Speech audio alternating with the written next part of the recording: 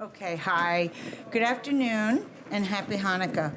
My name is Nanette Rowe, a proud Z3 sponsor and I am delighted to be here today at the Z3 conference hosted by the Ashman Family JCC and Reut Group.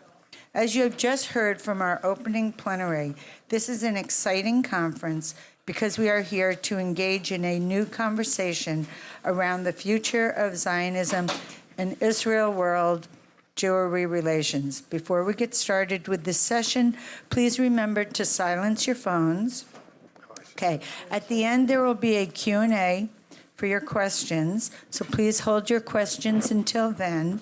And also, please be respectful and don't use the Q&A as an opportunity to make statements. Rather, let's ask questions from our expert panelists.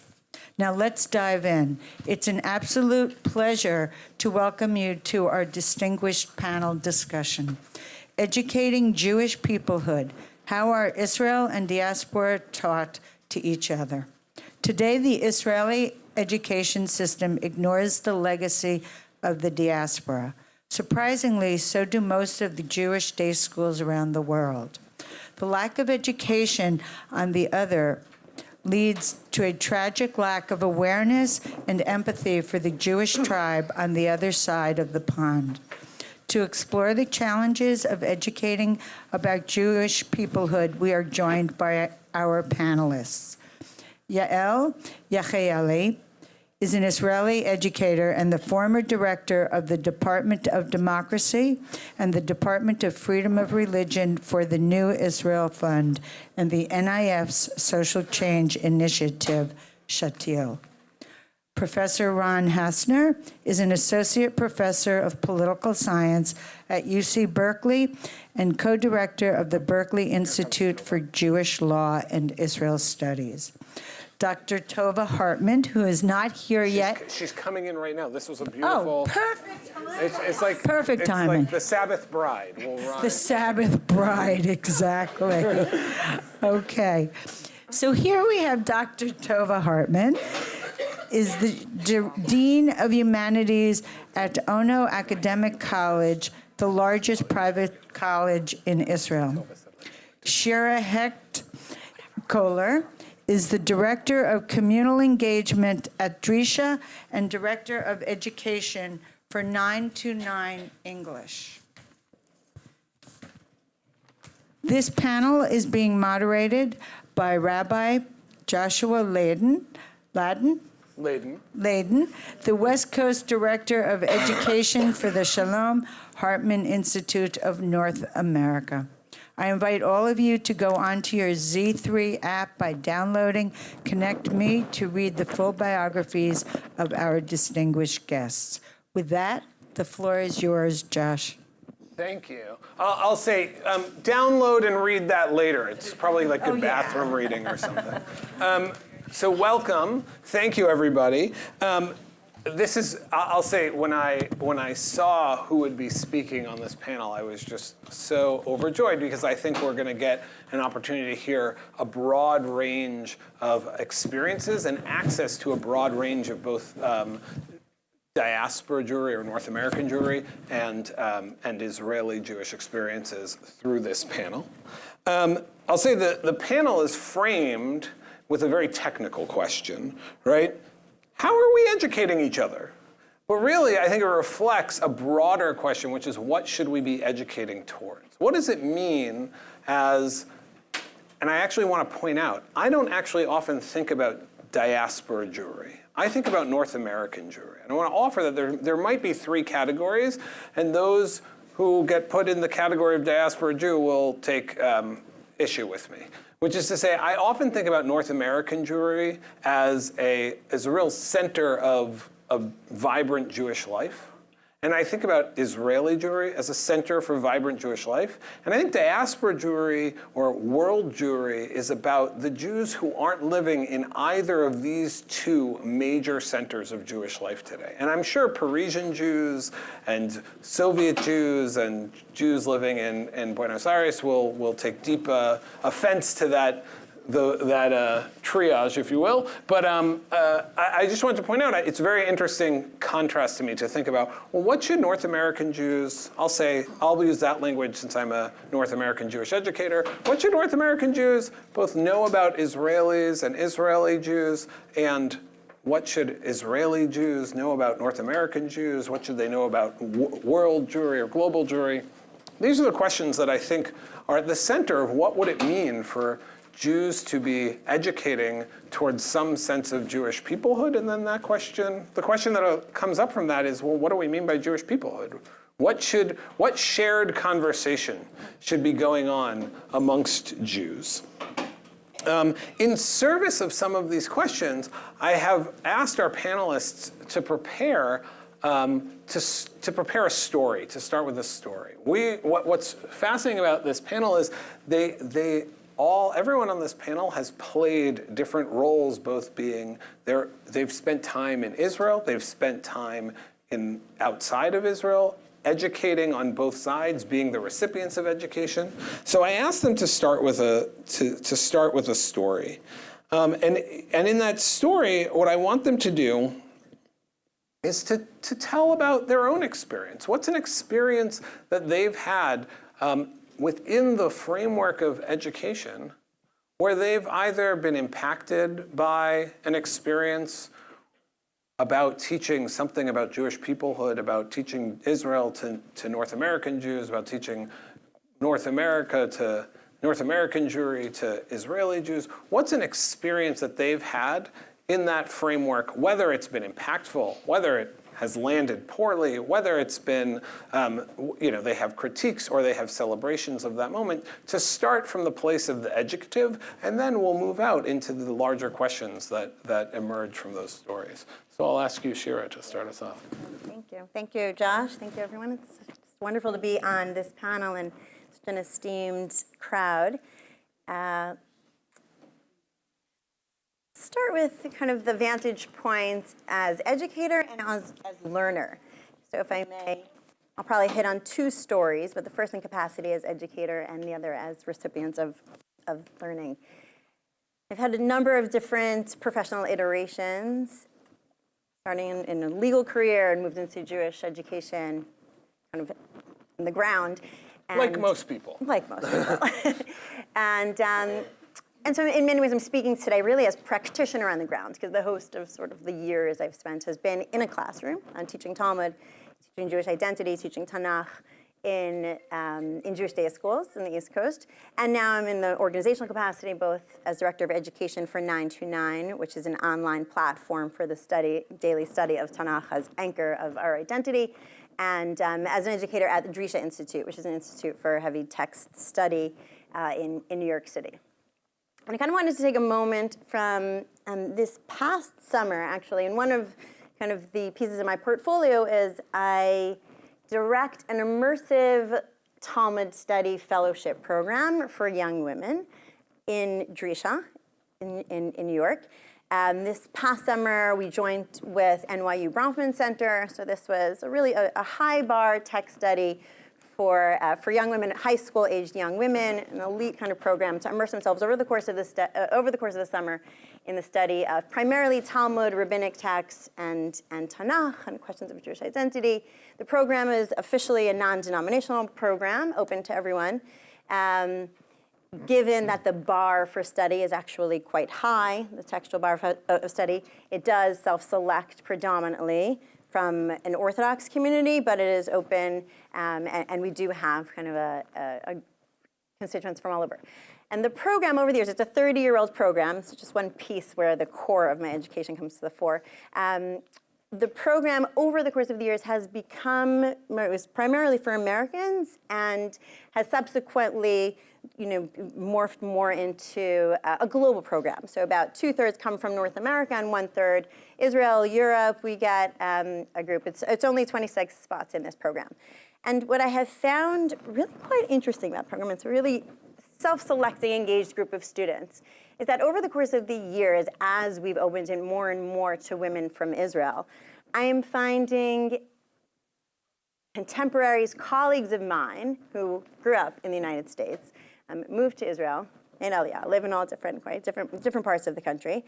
Now, in many ways, have just been in touch, and here's sort of like personal stories of friends, literally, who call me up and say, I want my daughter to have an experience studying text outside of Israel, right? Not experiencing New York. Yes, they experience New York. The program is very sort of New York City as our landscape, as our classroom. We have classes in museums, in the park, and it really integrates to the text. But at its core, it's a Beit Midrash program, high bar, 9 o'clock in the morning, 3 hours of Talmud, and really kind of like integrating in this mixed group till late at night.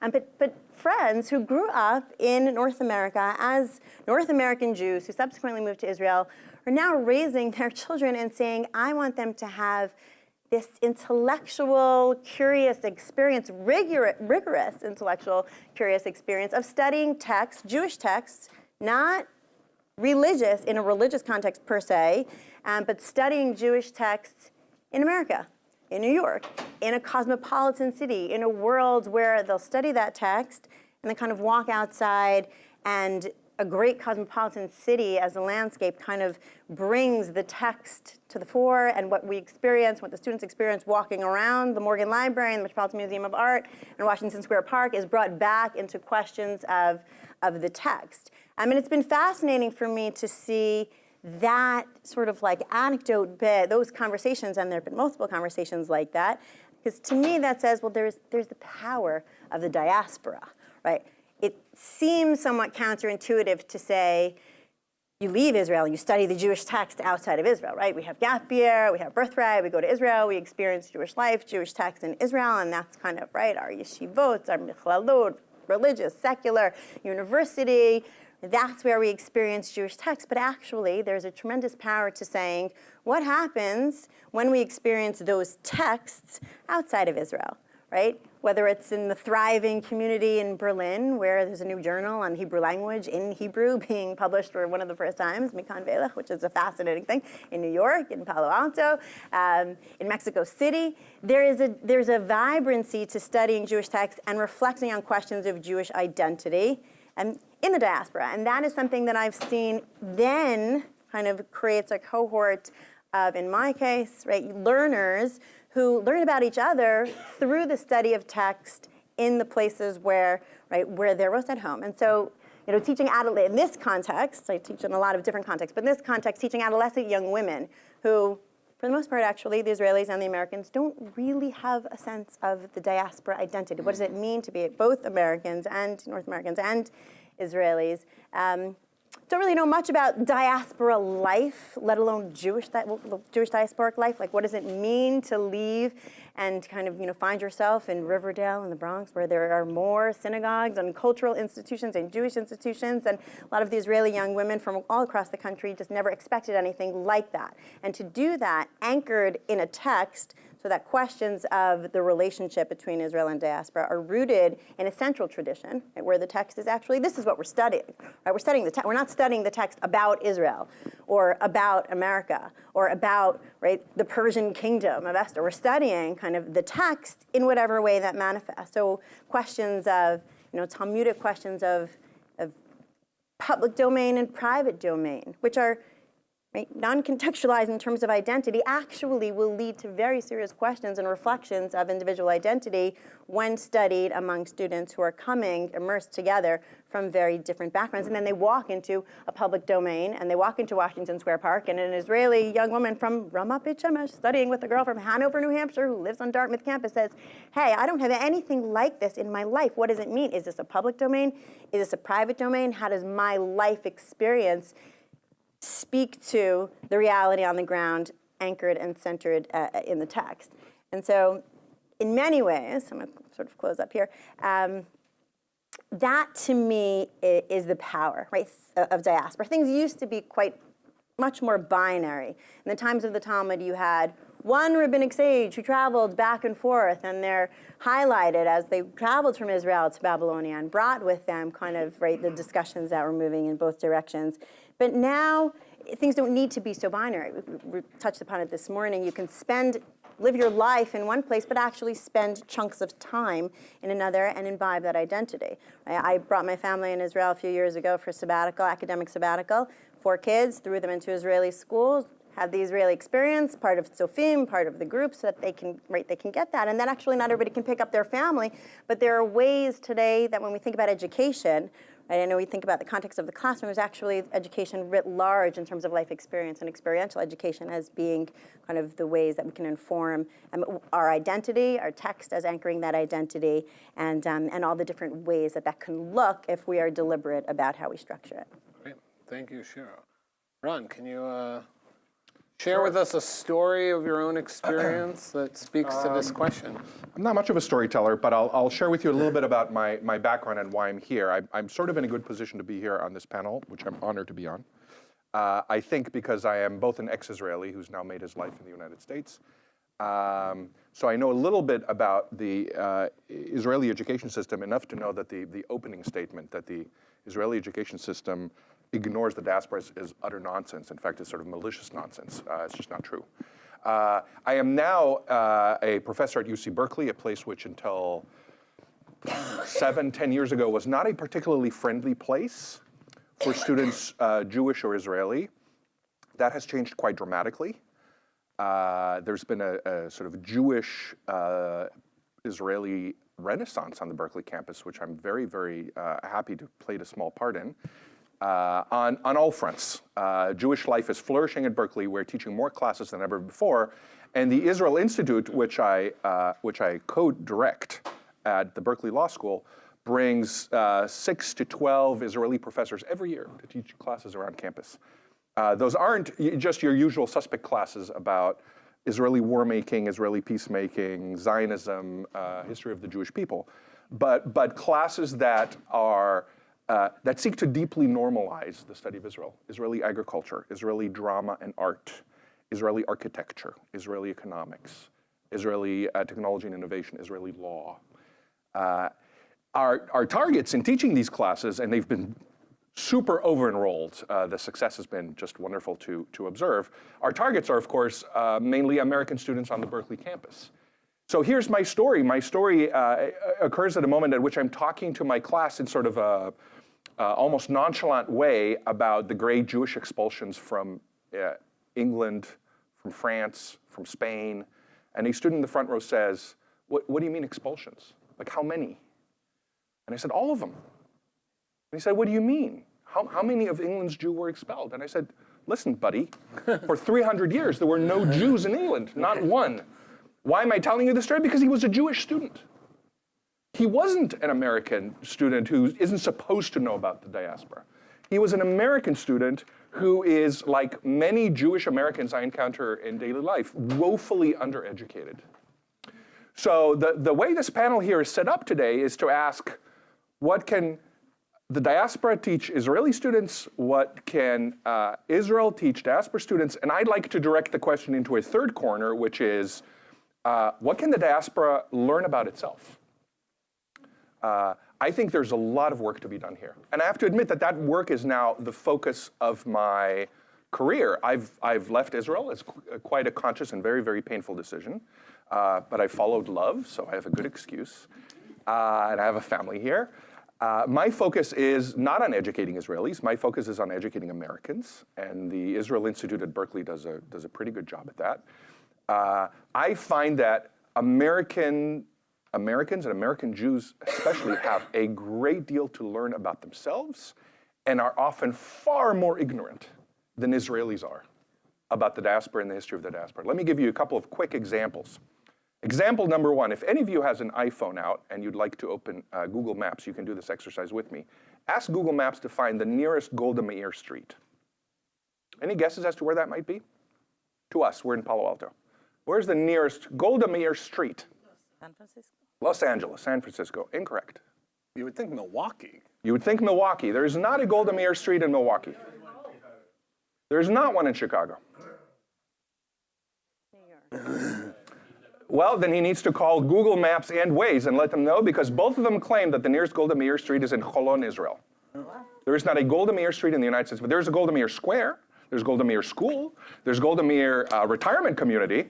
I and Google Maps do not know of a single Golda Meir street in the United States of America. When I took my children to Israel for a sabbatical to study in a local Israeli elementary school, They went to Louis K. Brandeis Elementary School in Herzliya, which is on Louis K. Brandeis Street. And every student in that school knew who Louis K. Brandeis was. And I think they would have a very easy time competing with their American Jewish peers on that front. I dare you to gather into this room 10 Israeli high school students and 10 American Jewish high school students and ask those two groups to name great Jewish medieval leaders, great Jewish Enlightenment leaders, or ask them, what happened in May 1942 at the Biltmore Hotel in New York? See who knows the answer. And I will bet you the Israelis know more about the history of the diaspora than the diaspora Jews know about the history of the diaspora, because you cannot graduate an Israeli high school without knowing, at least you're not supposed to. Maybe you could squeeze by, but you're not supposed to graduate from an Israeli high school. I certainly didn't, without knowing about the Biltmore Conference. So that's the first idea I'd throw out there. I think there is a tremendous amount that Israelis can learn from the diaspora and vice versa. I think the diaspora is falling quickly behind in terms of learning about itself. So that's the first quick point I wanted to make. My second point is quicker. And it has to do with my third identity, which is I'm an international politics scholar. It's what I study. And part of what we teach our students in basic introductory class international politics is great powers don't last forever. They rise and they fall. I hope, since I have made my future and my family's future in this country, that the Israeli-American axis will remain a crucial axis in years to come. History suggests otherwise. Great powers rise and fall, and the Jewish people have always been very smart at tying their fortunes with whoever's in charge. The other Zion used to be in Spain. And then for a while it was in the Ottoman Empire. And then for a while it was in Germany. And then we tied our fortunes with the British, and then we tied our fortunes with the French. The American-Israeli axis is barely 50 years old. There is no reason to assume that it is going to last another 50 years. As far as great centers of Judaism and knowledge about Judaism go, I am far more confident about Israelis and how they're educating themselves about the history of Judaism than I am about Americans, which is, again, that's why I'm here. That's why my focus is now on my children, on your grandchildren. That is now my calling. I don't care about what happens in Israel. It's not a country I live in anymore. The reason why I think the Israel Institute at Berkeley is doing holy work is because we are reminding our children and our grandchildren where they come from, what it means to be Jewish, what Jewish law is, what Jewish society is, what Jewish history is. That's where I think our focus should be. Yael, a story, or you already have stuff you want to say, I can see on your face. So Good. I'm trying to be a little. Yeah. Okay, so my name is Yael, and I grew up in the Israeli education system. That's why my English is so bad, but I'm sorry for that. And I have my experience is different. Like when I think about it, I can say I grew up. I'll tell you when the first time I met the diaspora Jews. I was 25 after the first degree, and I went to India, and I came back. I asked myself what I'm going to do with the first degree in sociology, and then I saw in the newspaper that's the way you found. Jobs so I saw that there's a young Jew there, gap year coming to Israel, and they are looking for an Israeli facilitator, a group facilitator. And I said, oh, that's very interesting. And it came to that interview, and he, the manager, he asked me, what do you know about the diaspora Jews? I said, I don't know anything. So I don't know. I have cousins somewhere. I knew that I had cousins, but I said I really don't know. And I grew up in the Israeli educational system. We never we heard about the Jews that living not in Israel, but because we need their money. Okay, that's the way we were told about them. But I didn't know. I never saw a map of the world, learning where are there Jews, where are they living, what does it mean to be a Jew. And what I learned in Israel is I think we learn that the Jewish history, it's all about us. Okay, we learned how people came to Israel, the Aliyah Rishona, like the first Aliyah, the second Aliyah, the third, they were all the same, okay? But we learned about each one of them for a few months, okay? And all these Aliyot we learned about is the Aliyot from Europe to Israel. We didn't learn about the Aliyot from other diasporas, not about the from the Arab countries. We didn't learn about that, and not about America. So I came to be a group facilitator when I was 25, and it was a group of religious and non-religious and reform and conservative, like what you have like in America. And at the second day, it was Monday, and the girls said, we want to have a woman reading Torah. And I said, what? Okay, it was for me the first time I heard about it. Okay, and I said, okay, what do you need for that? And they said, we need the Sefer Torah. Okay, so we went to the rabbi of that course, and he said, okay, you can. And then it was the first, for me, it's the first time I was part of a woman minyan. Okay, and I was sitting there, and I saw these 18 years old girls reading the Torah, saying the Baruch, and I'm like, what? How do you know what to say? And that was like, for me, the first time I knew that there is, what does it mean? And what, for them, like when they grew up in such an options, how to be a Jew, how to be a woman, like to know what to do in synagogue. Like I know what to do in synagogue, but I always sit behind the mechitza, and something is happening there, and I'm saying amen, but I don't know, like all the prayers and that, and for me it's like what was a very, very interesting year, and I felt like that my Jewish world is like going from this to that. Wow, there's so many options how to be a Jew, and like now in Israel, like we're here for the next 2 years because of my husband's work, but in Israel we are part of a conservative community. But I didn't hear about the reform movement and the conservative movement. I didn't hear about it till I was 25, and that is. And I think in Israel we learn that everything is about us. We don't learn about the Arabs. We don't learn about the Jews out of Israel. We just learned about us, and this is something that like I'm happy that my kids they have a different point of view, and so this is my story. Thank you. Tova. Yeah. Hi. I would like to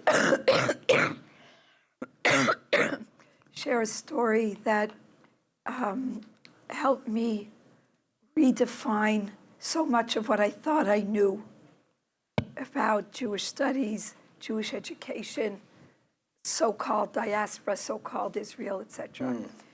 I started about 4 years ago a Jewish studies department in Ono College, in the college that I'm the dean of.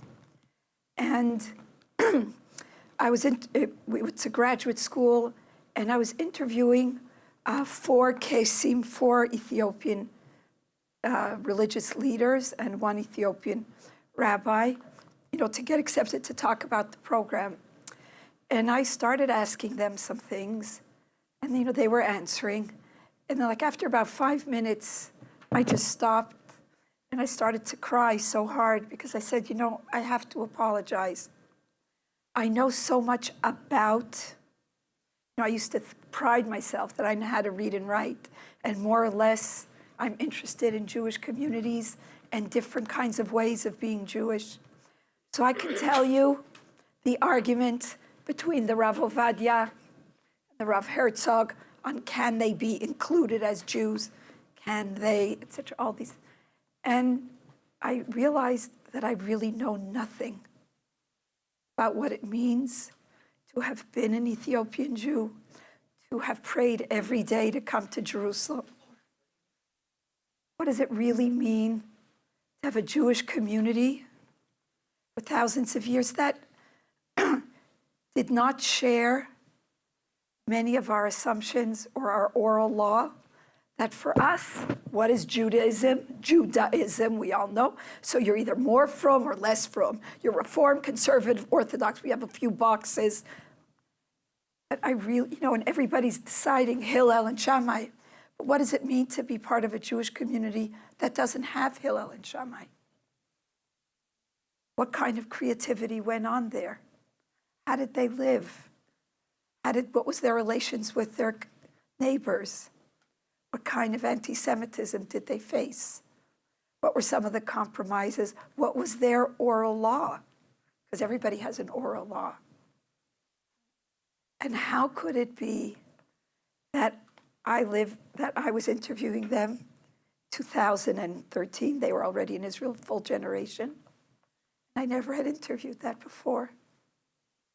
I was so interested in this and that. And I made a neder, a vow that I told him at the end of this year, one of you is going to stay and going to start teaching what does it mean to be Ethiopian Jews to our Jewish studies.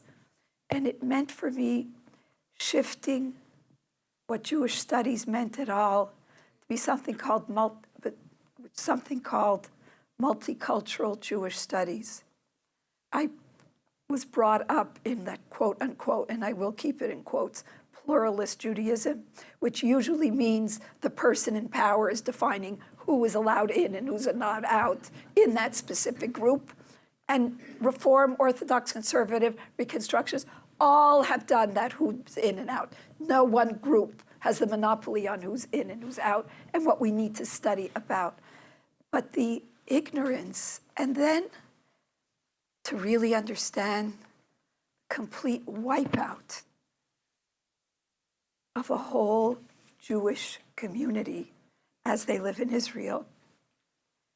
And whenever I come to speak anywhere in the world, and I speak a lot, nobody asks, what do we have as a Jewish community to learn from another Jewish community who developed their own oral law, who made different kinds of negotiations? And then it started dawning on me, does anybody here know what Moroccan Jewish leaders, how they dealt with modernity, and that we're so sure that modernity was part of Europe and that the Jews didn't think about anything, didn't write, didn't create. And it really, it shifted what it meant to build for me an academic Jewish studies department where we train teachers who are going to go back into the school systems and teach Jewish studies in the secular system and in the religious school systems. What did it mean to train police officers who were coming to do their, we have like a lot, we have 150 police officers every year come to their, what does it mean? What do they need to know? What do we need to know?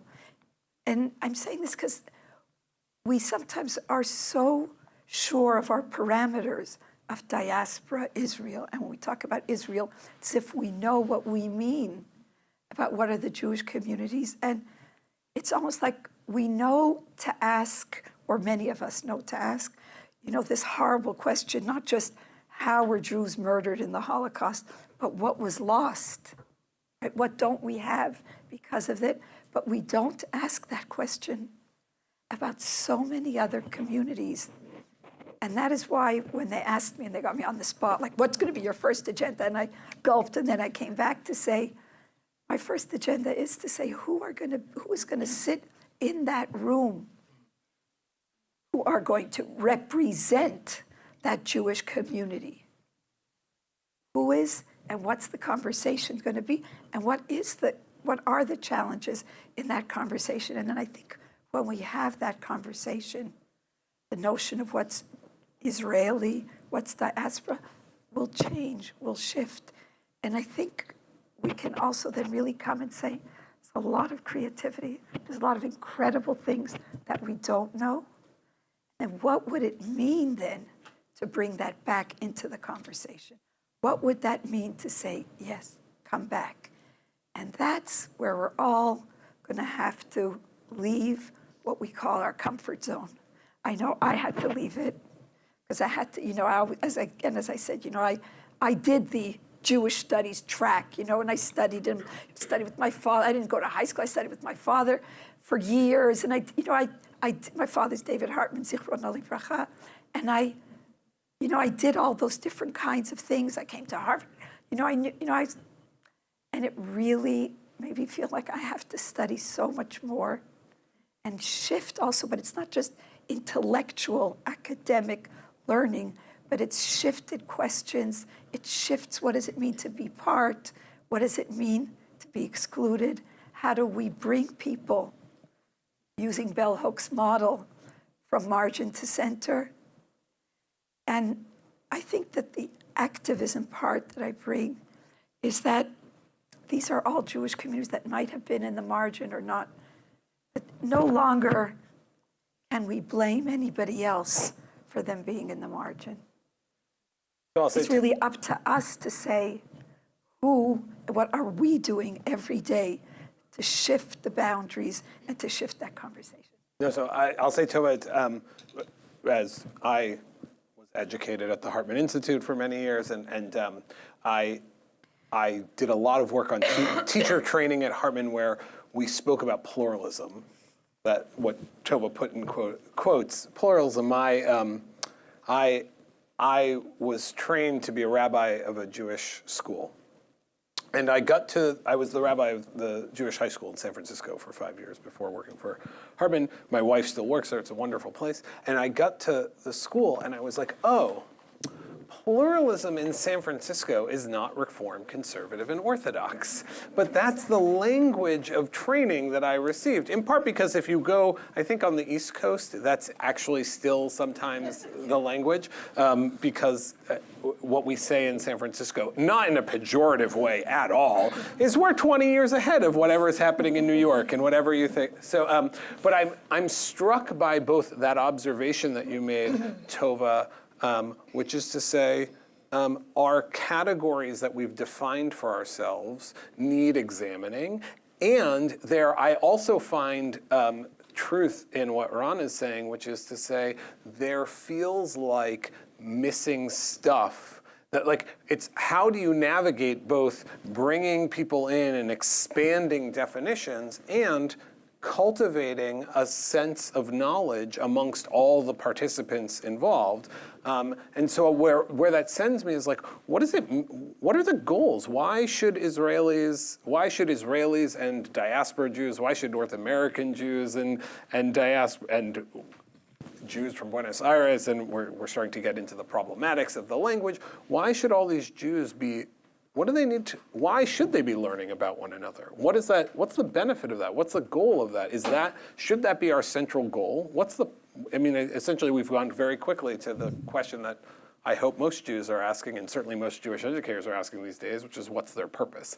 But where does this send you in terms of what, I guess the panel question seems to suggest an end goal that's obvious, and I want to problematize that. Is that our obvious end goal? Why Jewish peoplehood, I guess? Does that lead anyone want to jump in?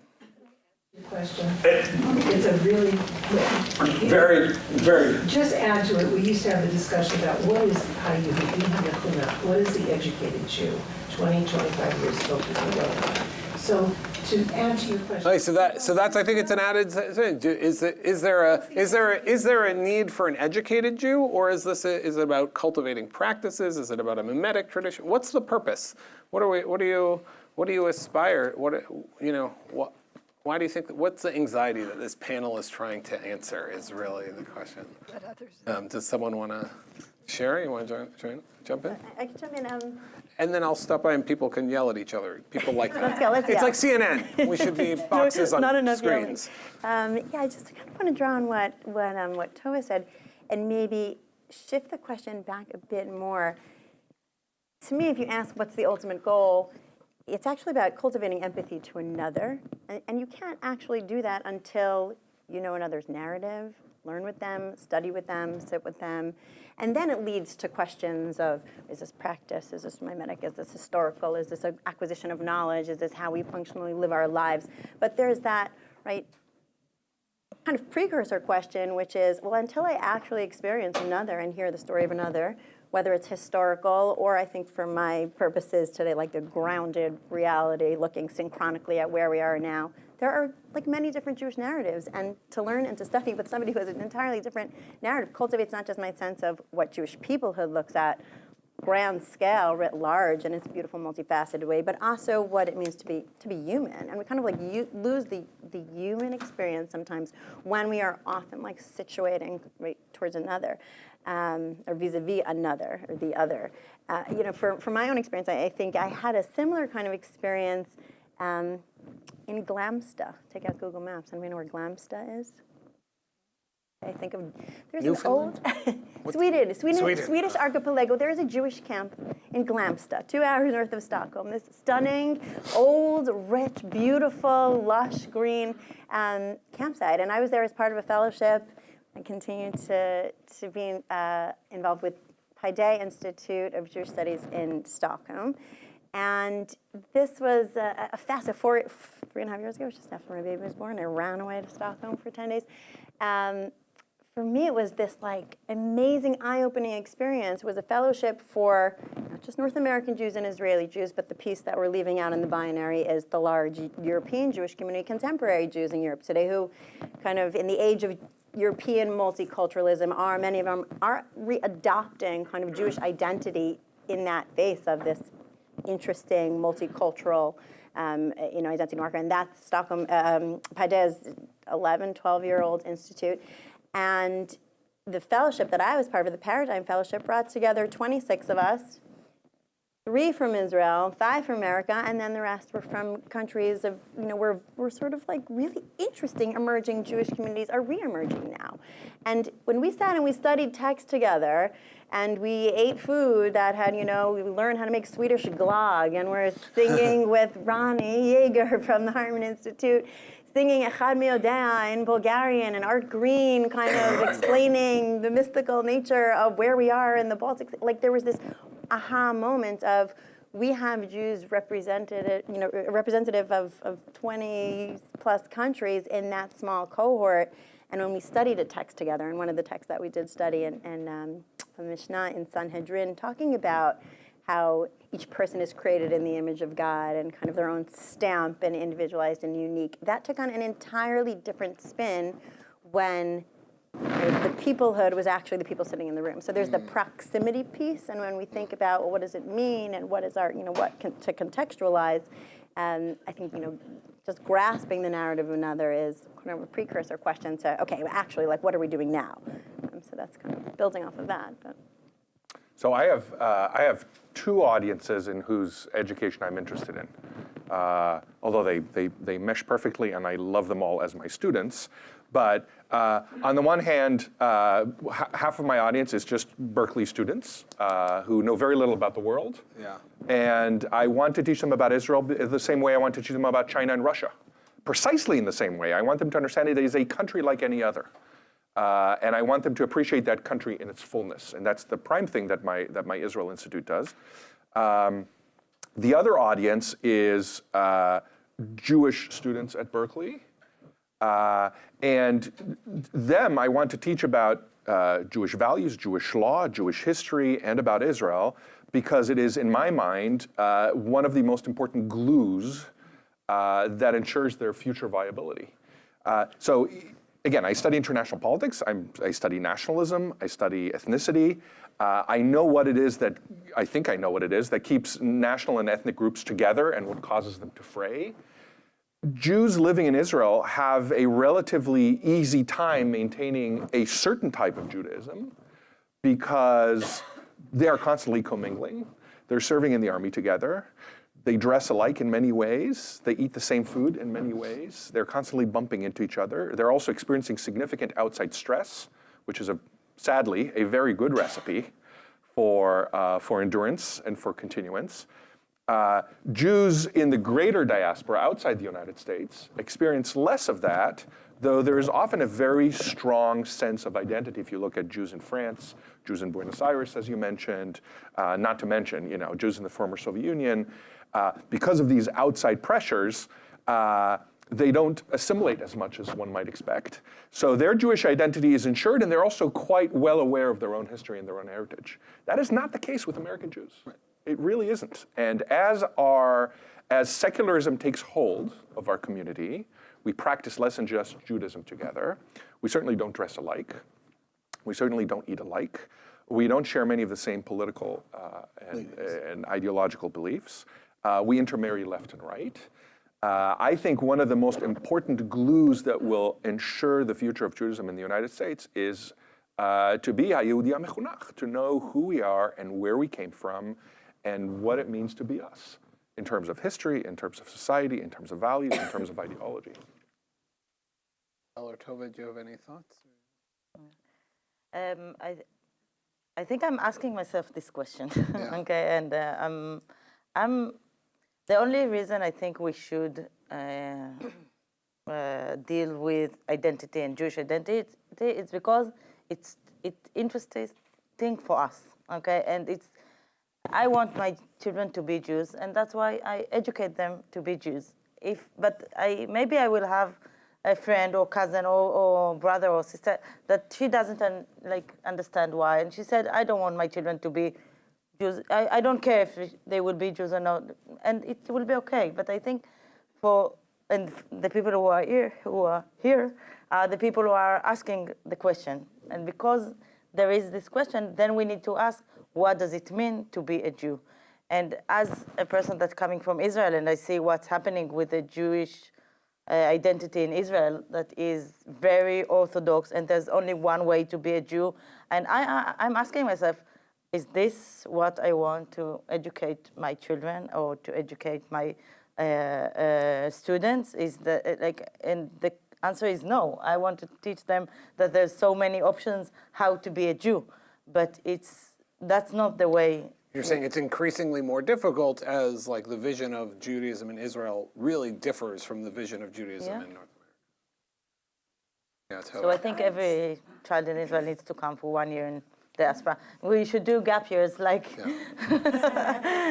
to learn about Jews in diaspora. I think that in Israel, we don't have to necessarily come to the United States to know about different Jews. We actually just have to go out of our neighborhood. And I think that the fact that so many schools are so ideologically, everybody's around a specific ideology. If it's the religious ones, every different size of a yarmulke has a school. And even the schools that do, whether they're religious and non-religious, so-called, and they try, and they're wonderful schools because they actually do try, but they too stay within a very specific narrative of what is and what's not and how it is. So I think it's not only why Jewish identity, but if Jewish identity, what is included in that thing called Jewish identity? And what I would like to suggest is that it's so much richer and it's so much more attractive. And the minute we actually, in my area, it used to be gender studies. I mean, it still is, but I'm just spending time now learning other things. But the basic question in say, in feminist Judaism, et cetera, was about the invisibility of women.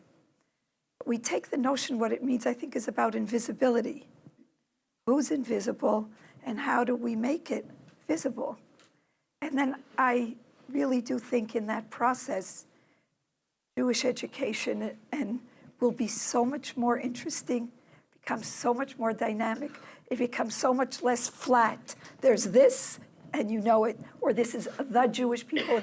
The words that we have to do in psychology, I was used to teaching my students, there's no such thing as ha-mitbagrim. I used to teach, my area was psychology of adolescence, and I used to always say there's no such thing as the. There are no the adolescents. In Hebrew, I could say, hey, the hey idea is only for God. Everybody else is multiple. And that idea and when we actually can embrace, but first feel that there's also an obligation to know so much more, it really is an incredible tradition, and it's really an incredible lived tradition. Why we needed to, and this, when I say the we, I would say it's the collective we of North American Jewry and Israeli, those in power, needed to, and that's all of us have a sin. It's not like here they allowed some pluralist Jews. That it's not true. So that when we decide who is part of this narrative, and that I think it's so much more compelling, and it demands of us so much more. But I think that we can create and help create something that's that is much more interesting. Well, so at least some of what I hear you saying, Tova, is that learning, it's not about acquisition of knowledge, but cultivating sort of a process of learning about oneself, and that there's it's not a zero. It's like it's part of a process, but a process is actually meeting the other. Yeah. You said it's developing empathy.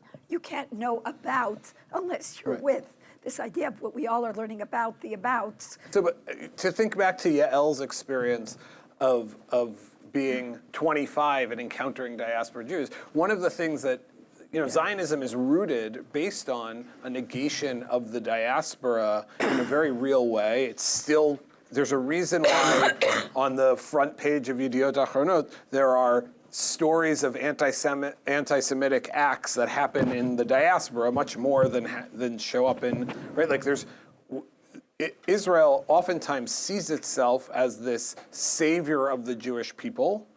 Is there a way to see a value in the I wish they would think Well, that. they see them. There's a reason why after the attacks in Paris, Netanyahu got up and said, "Come to Israel," After meaning Pittsburgh, they didn't right. do And that. after No, they didn't do that. Why? Because it was a conservative community. No, that's not true. no, but they That's still. not true. And that was actually misquoted. The Rabbi Yeah, but was completely misquoted if you saw it. Yeah? Completely. And what's so painful is that when it really came out, nobody said anything.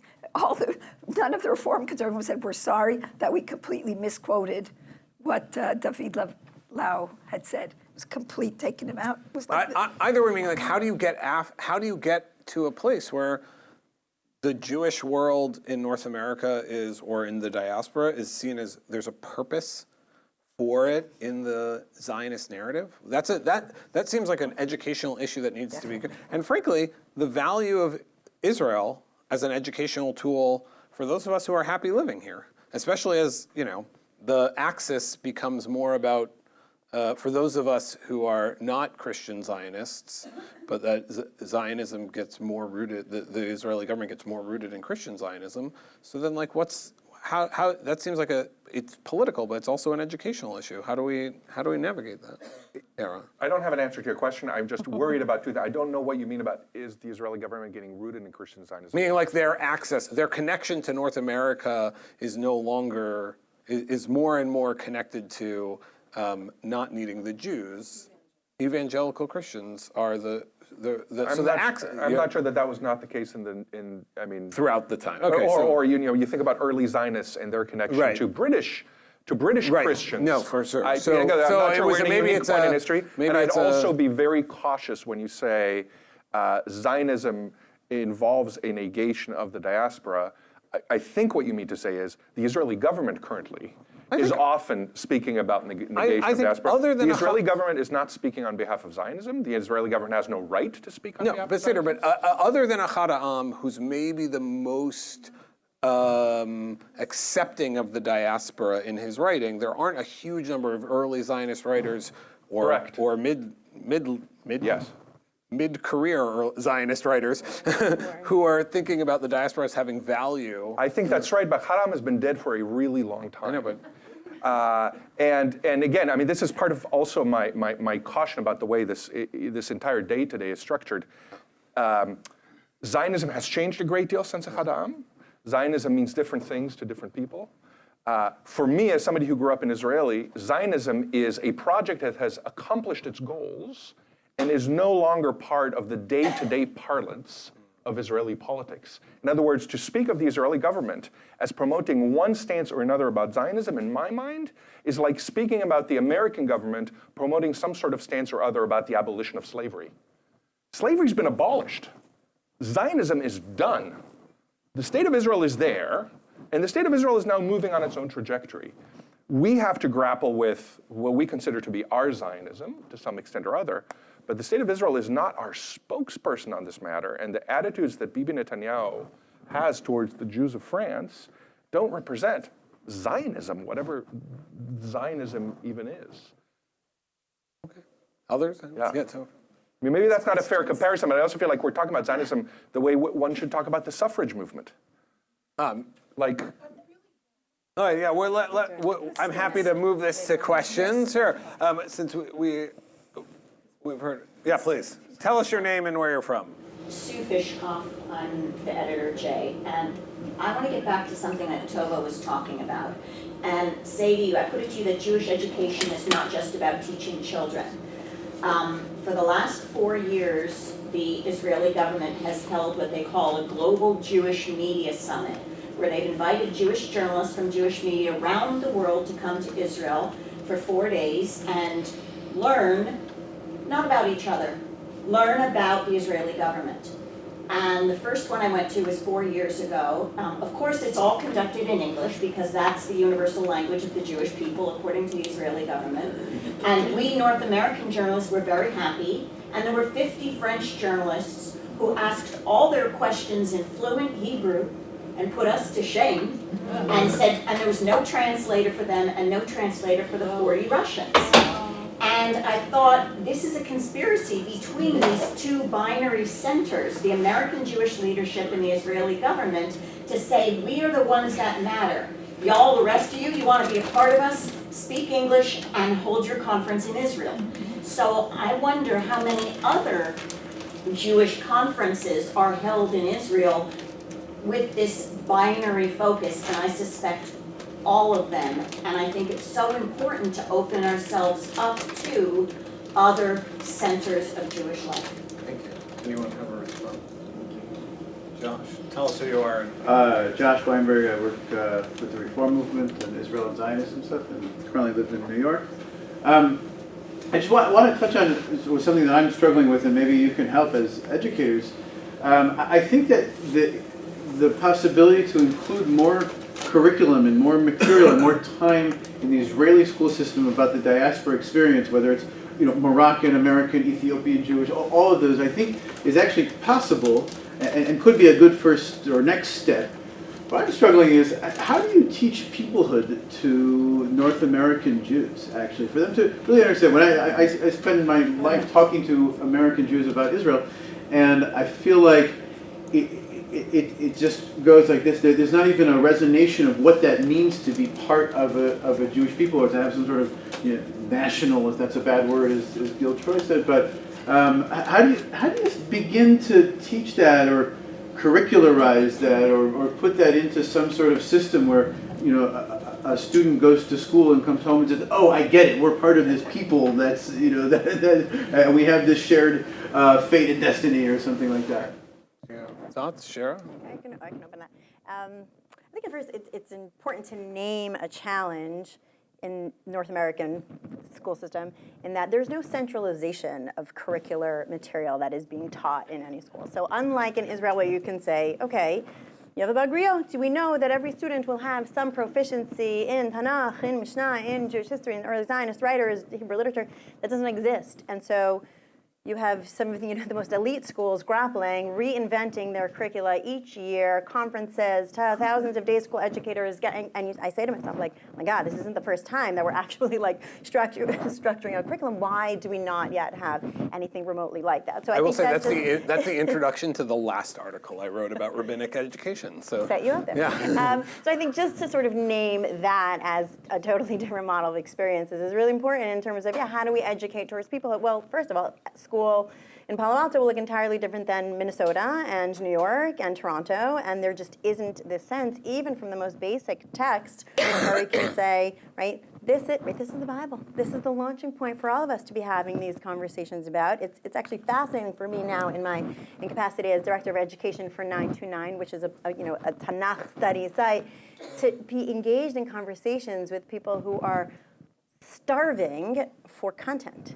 Right? So in conversations with books for kids, where you think about PJ Library sending thousands of homes, Jewish children's books, but beyond certain narratives in Genesis and Exodus, we're like, we don't have people writing books. Right? What about Judges? What about the story of Devorah, Yael? People just don't know that. So I think when we think about curricular work that needs to be done, we're apart from, and I will say, from the home that I just grew up in and sort of still am in kind of in some way. In the modern Orthodox community, I mean, that's why the schools cost what they do. And, you know, my kids leave to go to school at 6:40 in the morning, come home often with their mishmar or whatever at 8 o'clock at night, men and women, kind of, you know, my son and daughter. And so there's a lot that we're trying to do. Now, that being said, I think in those contexts, if we are deliberate about questions of education, of peoplehood, I don't imagine a new class emerging in an already very packed schedule, peoplehood, even though some schools have identity. But you can be really deliberate in the Tanakh and Bible classes just in the sections that you teach. So if you're teaching, you know, Esther, the Joseph narrative, Esther narrative, Ezra, Nehemiah, I mean, these are, like, we have thousands of years of tradition that actually grappled with what it means to be a diasporic people. Right? The Babylonian Talmud is a product of the diaspora, a very strong diaspora. So to say in your Talmud class, you can choose particular, or wherever that, whether it's for kids, adults, it actually doesn't really matter, but if sort of like that, the text, the home of text, which actually is the shared, you know, core, we can be deliberate about inserting questions of peoplehood. What does it mean that in Babylonia, that's the Talmud that we study, even though there was an autonomous life in Israel? That was the original kind of diasporic experience. So now the Zionist experience is kind of, well, we've had this before once, and they didn't have the, you know, the luxury of hindsight of going back and saying. So I think, you know, curricular questions are huge, but if you're deliberate, you can. But I think what I also hear in your question, Josh, is this. North American Jews are comfortable here and don't see the need to be connected to all people. That's part of the intellectual issue. I'll just say, as a recipient of great Jewish peoplehood education and came of age at the time of mifkashim, when Israelis and North Americans would go, and every time on your Israel trip you had to spend time with Israelis, there was nothing that made me like Israelis less than meeting them. Right? The problem with Jewish peoplehood is once you start encountering other Jews, and then you realize maybe you don't like them. Right? I say that from a place of, I was a Reform kid who actually had a Reform Jewish identity, who wanted to be engaged with Israelis, and they were like, who are you? I'm a secular North Tel Avivi. It was like, oh, you're like the cool kids that don't like me at school. Right? Like, meaning like there's, one of the problems with all educational activities is we've put a lot of emphasis on educational activities solving our problems, and educational activities, as we heard, create more questions and are difficult. They make you wrestle with who you are, and they're hard. And so we need to think a little bit less about maybe just thinking about educational activities. There are a couple of questions. Yes, please. I have a couple of things about this peoplehood thing. One is, there was a question about why should we be teaching diaspora story, and I've been taken a lot by, and I don't actually remember what your name is. Ron is my name. Right, about things that you've said. And it seems to me that one of the reasons that we teach this diaspora story, which is all of our story, is actually to bring us together to understand our whole big story. So whether you're Israeli or you're Brazilian or you're North American or whatever, we all have this bigger story and bigger connection. But getting back to, but the thing that struck me the most today was Mr. Brooks's commentary about, you know, North American Jews talk about their connection to Judaism being through social justice and ethics and et cetera, and he didn't say, he said that that wasn't the case with Israelis. He didn't say what Israelis' connection was, which he sort of left that out. He didn't say that. But I do think that one of the issues for our youth when it comes to peoplehood in North America, and I can't say about the Brazilians or the French or whatever, but they do feel the existential threats, I think, more than, as you said, the North Americans, although I'm feeling it now under this issue of separation of church and state issues. And I think that the issue of our children is that they have been taught these universal values that North American Jews have. And that their peoplehood, if peoplehood only means survival from the existential threat for North American Jews, if that's our connection to peoplehood, if we have to be part of this people only because we're worried about our survival, and I grapple with this too.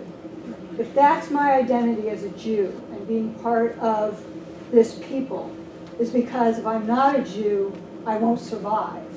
I could be threatened for expulsion. Then I'm not sure that that's my best reason for being a Jew. And I think that if that's our polar opposite, then we still have, I'm not saying that it's a wrong, it's a pointing a finger at each other, but I think that's our misunderstanding Of the connections. of the connection. Thank you. And so that's what I grapple with, and that's what I grapple with my children. I mean, they're not, And you that's should not know- what's going to connect them to being Jewish. And you should know Mordechai Kaplan, who came up with the term peoplehood, actually says it's a throwaway term the way you just described it. We have time for one last question, so if you have a question, we've been thrilled to take. If you've got a question here, right here. Yeah, hi. My name is Shira, and I'm the new manager of a gap year in Israel, of Mechina. And I think that Mechinot in Israel have a very good opportunity to kind of Pre-army programs for Israelis. Exactly. For Israelis, and you can also have students from the diaspora in our programs. And I wonder, what is your take on, if I need to put an emphasis, or I need guidelines to educate those kids, to bring together, to create this peoplehood, then what would you tell me to do? Okay. And I'm going to ask this in a 30-second response, our different panelists. What should Israeli pre-army participants be able to say about, in what way should they encounter peoplehood? Al regel achat, in a tweet.